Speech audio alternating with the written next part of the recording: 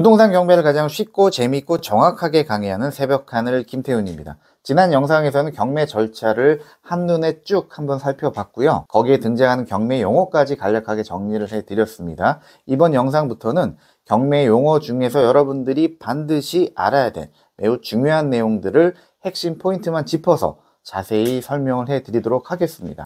경매 진행 과정 중에 매각 방법이 있는데요. 매각 방법에는 개별 매각과 일괄 매각이 있어요.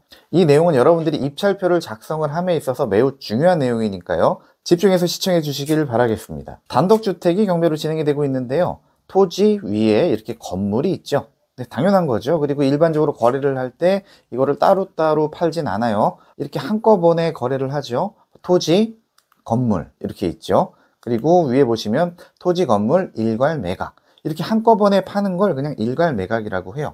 가장 보편적인 형태라고 보시면 돼요. 그리고 위에 사건 번호가 보이시죠? 2024 타경 53533. 이게 사건 번호고요. 이 사건 번호에 입찰을 하면 토지와 건물을 한꺼번에 우리는 낙찰을 받게 되는 거죠.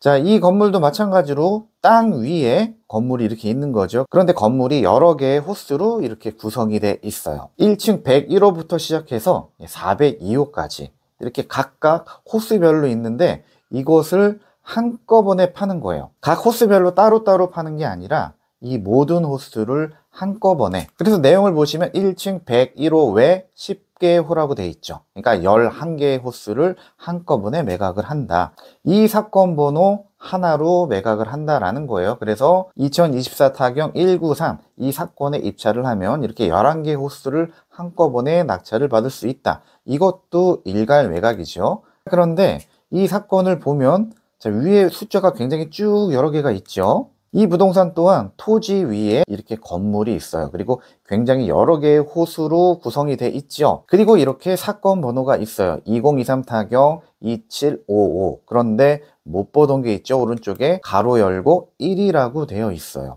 이것을 물건 번호라고 해요. 이게 사건 번호고요. 오른쪽에 괄호 열고 있는 것을 물건 번호라고 한다. 물건 번호는 이렇게 61번까지 있어요. 그러니까 하나의 사건 번호에 61개의 물건 번호가 있는 거예요. 각 호수를 아까처럼 한꺼번에 매각을 하는 게 아니라 따로따로 매각을 한다. 이게 개별 매각이에요. 이게 왜 중요하냐면요. 입찰표를 작성을 할 때 반드시 염두를 해둬야 돼요. 사건 번호를 적죠. 2023 타경 2755. 일반적으로는 아까 설명해드렸던 일괄 매각 같은 경우는 사건 번호밖에 없었어요. 그래서 이렇게 사건 번호만 기입을 해도 아무런 문제가 없어요. 그리고 물건 번호는 일괄 매각 같은 경우는 따로 없었기 때문에 안 써도 되는 거예요.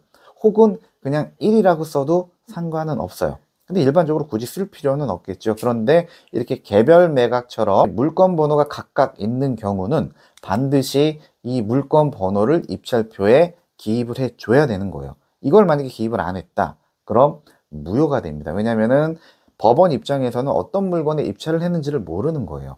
그래서 이렇게 개별 매각이었을 때는 반드시 해당 물건 번호를 입찰표에 적어줘야 된다. 이거는 꼭 기억을 하셔야 돼요.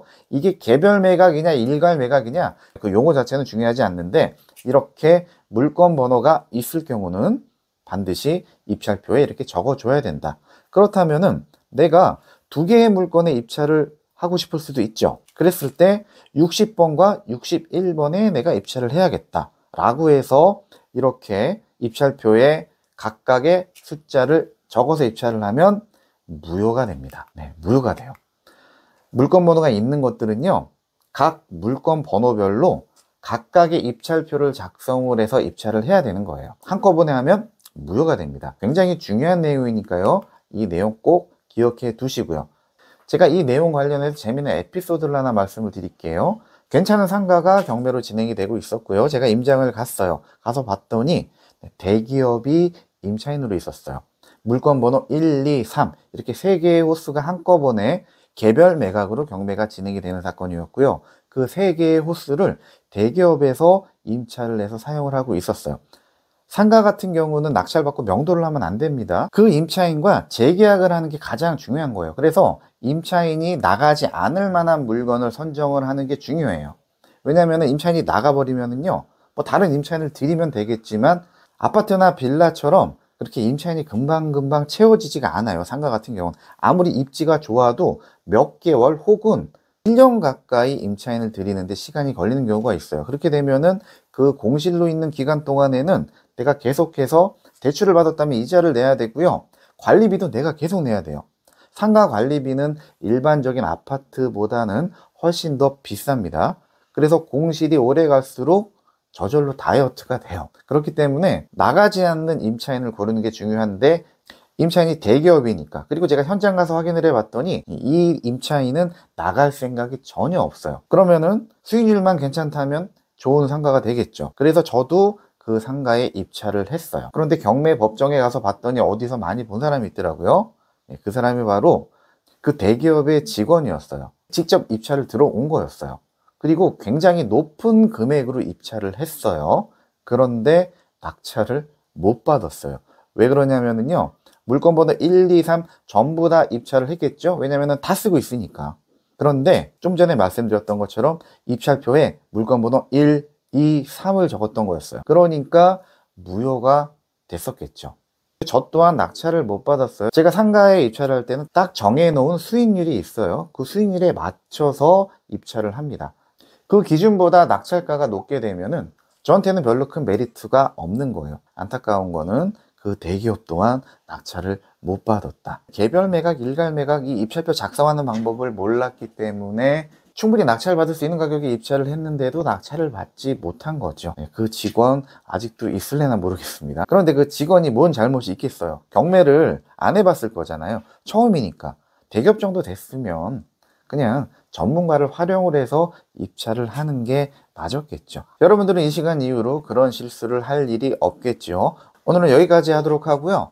다음 영상에서 더 재밌는 강의 이어가도록 하겠습니다. 감사합니다.